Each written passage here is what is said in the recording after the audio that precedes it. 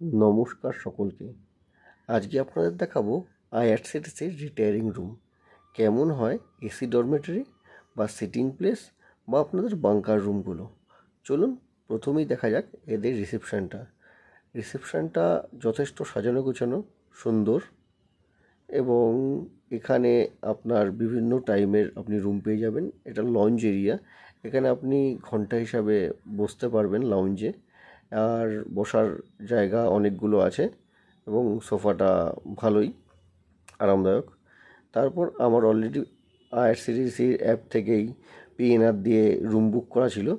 Room পড়বে আপনার near about 1100 something. তো আমাকে এখন নিয়ে যাচ্ছে রুমের দিকে।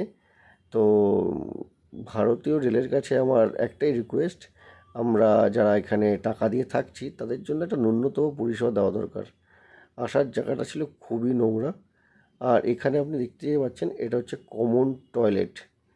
এখানে যতগুলো আপনার রুম আছে তাদের জন্য এটা একটা কমন টয়লেট। আমি আজকে এখানে বুক করেছি বাঙ্কার রুম। কত রেট কি সব আমি আপনাকে ডিটেলসে দিয়ে দেবো।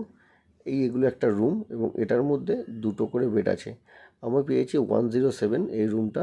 এটার নিচে একটা রুম এবং সিঁড়ি দিয়ে ওপরে যেতে পারবেন, ওপরে একটা রুম।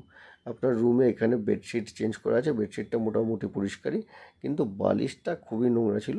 পাশে একটা কম্বল, আমার সাহস হয়নি সেটাকে খোলার। রুমে ফ্যান আছে, এসি আছে, এলসিডি টিভি আছে, আর এখানে কিছু নিয়মাবলী আছে আপনি যদি ড্যামেজ করেন সেগুলোর জন্য কত কী দিতে হবে। এবং আপনার বিছানার পাশে একটা পার্সোনাল চার্জার পয়েন্ট রয়েছে, আর রয়েছে একটা ছোটো ব্যাগের মতো যেটাও খুবই নোংরা ছিল।